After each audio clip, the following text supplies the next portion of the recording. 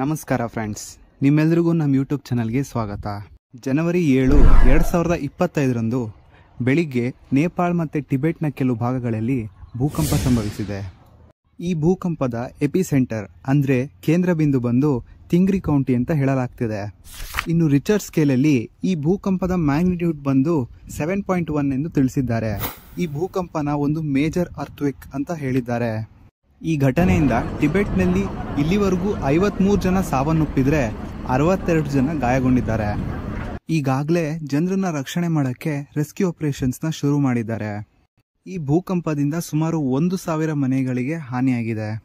ಇದರ ಎಫೆಕ್ಟ್ ನೆರೆ ದೇಶಗಳಾದ ಭೂಟಾನ್ ಮತ್ತು ಭಾರತದ ಬಿಹಾರ್ಗೂ ತಲುಪಿದೆ.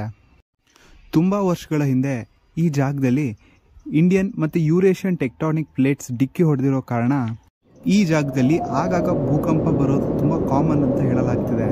ಇದೇ ಥರ ಮತ್ತಷ್ಟು ಇನ್ಫಾರ್ಮೇಟಿವ್ ವಿಡಿಯೋಸ್ಗಾಗಿ ನಮ್ಮ ಚಾನಲ್ನ ಸಬ್ಸ್ಕ್ರೈಬ್ ಮಾಡ್ಕೊಳ್ಳಿ.